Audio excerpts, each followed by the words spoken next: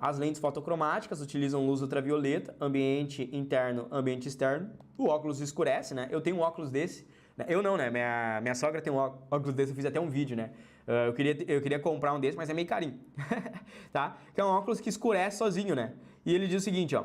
Em lentes fotocromáticas de plástico, são utilizados corantes orgânicos pertencentes à família Indenofitapiranos. Quando o corante fotocrômico V1 é exposto a alta incidência de radiação UV, uma ligação química é quebrada. A molécula, então, é rearranjada, transformando-se em uma espécie que absorve radiação de comprimento de onda maior, tá?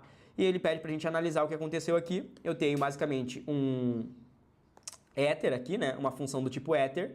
E aqui eu tenho uma função cetona, tá? O escurecimento desse tipo de lente ocorre em razão do quê? Letra A. Polimerizam pela alta incidência radical? Errado, porque polimerização é formar polímeros. Você precisa ter um monômero, tá? E depois formar um polímero.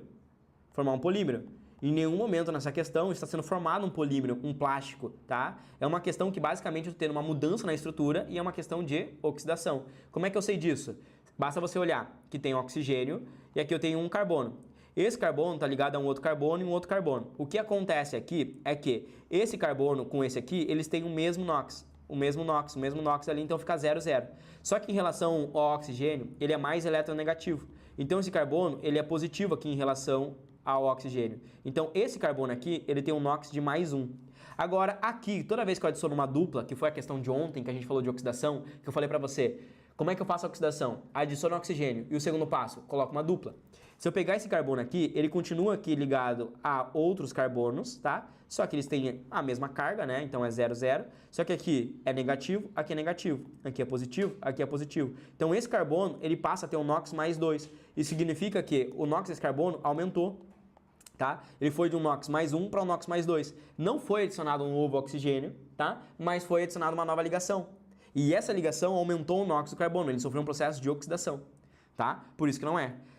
Ó, e aí dentro disso das questões, a gente vai para a letra D, né? Oxidam pela conversão de um grupo éter em um grupo carbonila. O que é um grupo carbonila? Carbono ligado ao oxigênio. O que é um grupo carboxila? Carbono ligado ao oxigênio ligado a um OH.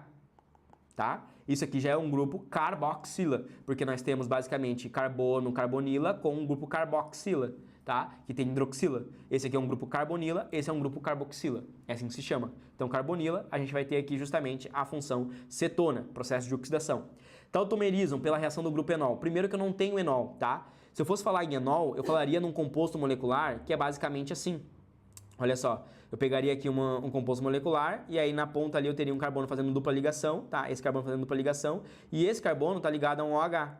Ou seja, a característica do enol é dupla ligação com carbono e um OH. Esse carbono tem que fazer dupla ligação. Eu não tenho OH na estrutura, então eu não tenho enol. O que é tautomeria, Renato? Tautomeria é quando eu tenho um equilíbrio químico espontâneo em que essa mesma molécula aqui, ela vai simplesmente pegar e mudar a sua estrutura, né? Então, basicamente, esse carbono passa a fazer uma dupla ligação com esse oxigênio e um H ali, né? Então, nós temos um equilíbrio que vai mudando aqui, né? No caso desse equilíbrio, ele é chamado de equilíbrio, aqui eu formo um aldeído, tá? Isso aqui pode cair na prova, se cair, concorrente vai chorar muito, mas eu espero que o aluno memorize e acerte, né?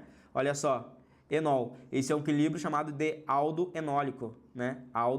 José Aldo enólico, ó. Aldo enólico, tá? Por quê? Porque fica indo e voltando, indo e voltando. Basicamente, o que acontece aqui é a dupla ligação que está aqui, de repente, ela vem pro oxigênio aqui, e aí vira, ó, isso aqui, tá? Aí depois, essa dupla cai para cá, e o hidrogênio se junta com o H, tá? Então a dupla cai para cá e o H cai para cá. Eles ficam em equilíbrio aldenólico. É o único que tem? Não. Nós também temos um equilíbrio cetoenólico, que é mais importante, onde eu tenho uma cetona e aí nesse equilíbrio químico, basicamente acaba caindo aqui a ligação, tá? E aí dentro disso eu tenho um carbono e aí dentro disso aqui, esse carbono, ele vai estar aqui, ó, ligado aqui, ó. Vou colocar aqui esse carbono, tá? Ele vai estar aqui basicamente ligado a um OH, tá? Então aqui, olha só, esse é o equilíbrio que eu tenho aqui uma cetona, e aqui eu tenho um aldeído. Esse é um equilíbrio cetoenólico. E por que é cetoenólico? Porque a tendência, tá, de deslocar para a cetona é maior do que deslocar para o enol. Beleza? Tranquilo? Entenderam o que é tautomeria? É um equilíbrio químico de duas moléculas. fica se transformando uma na outra, tá? Letra C. Polarizam a luz. Não, porque polarizar é mudar a direção da luz, né? Ela tá na vertical, ela vai mudando, aí entra, por exemplo, em isômeros ópticos, né? A isomeria óptica, ela pode, por exemplo, fazer com que eu mude o eixo da luz, né? A polarização dela. E aí entra em óculos polaroides, né? Então, um óculos polaroide, eu tenho aqui, basicamente, aqueles óculos como Ray-Ban, né? E aí perceba que eles permitem a passagem de luz apenas em uma vibração, né? Uma direção. Então eles permitem apenas luz na horizontal passando. Então luz que estiver vibrando na vertical, ele não vai conseguir entrar. E aí você tem o óculos polarizado. Dispersam a luz pela ampliação do tamanho da molécula, também está errado, porque esse processo de dispersar a luz seria espalhar. E geralmente esse processo de dispersão acontece mais em líquido, assim, né? A luz se dispersando, se espalhando. Lembra da luz ali?